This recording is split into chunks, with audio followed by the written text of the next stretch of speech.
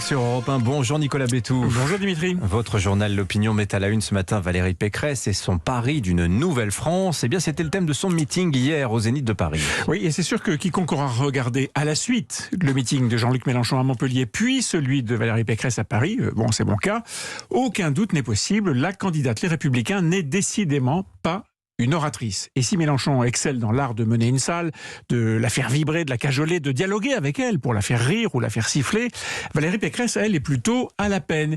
Il est vrai que le leader de la France insoumise avait la tâche beaucoup plus facile. Distribuer de la colère, démolir l'adversaire, raconter des fables, par exemple en comparant le fonctionnement de l'économie à un chauffage central, vous savez, c'est simple, ça tourne. Tout ça est toujours plus facile que de construire une vision positive pour un pays.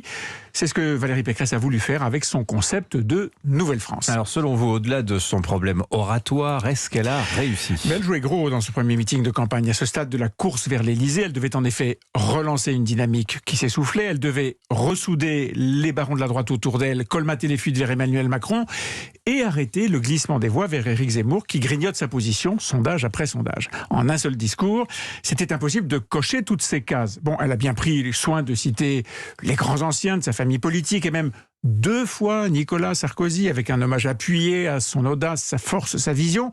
Elle s'est inscrite dans leur filiation, mais pour le reste, comme elle ne pouvait pas tout faire, eh bien elle s'est concentrée sur 2 grands axes. D'abord, elle, sa personnalité. Son entourage s'était souvent inquiété de constater que les Français ne la connaissaient pas vraiment. Elle a donc longuement parlé d'elle, à la fois sur un mode très personnel, mais aussi et surtout pour s'affirmer en tant que femme d'autorité qui n'a pas peur de l'affrontement, qui décide, assume et qui a un projet. Et surtout les sujets d'ordre public ou de société, comme le combat contre le wokisme par exemple, elle a montré une réelle détermination. Fait notable, elle a utilisé un nombre incalculable de fois le pronom « je » et le possessif, par exemple, pour parler de « ma nouvelle France ». Bon, comme on dit, ça, c'est fait. Alors vous disiez qu'elle avait 2 objectifs. Oui, le second, c'était de se présenter comme l'adversaire privilégié d'Emmanuel Macron. Elle l'a cité 8 fois pendant son discours, l'accusant parfois durement, nommément par exemple d'avoir cédé à la repentance. Mais 8 fois, c'est sans compter toutes les critiques qu'elle a en plus accumulées en parlant du bilan de son quinquennat. Alors que vis-à-vis des autres candidats, pas un mot en particulier. Elle les a englobés, un peu tous, dans une dénonciation de l'extrémisme, mais sans jamais les citer. Elle a un peu, comme aurait pu le faire Marine Le Pen, dénoncé ceux qui rêvent que Marianne soit une femme voilée. Elle a déployé son projet d'une France d'ordre, parce qu'elle veut, dit-elle, une France de la concorde, dans une allusion transparente à la campagne d'Éric Zemmour, mais rien de frontal.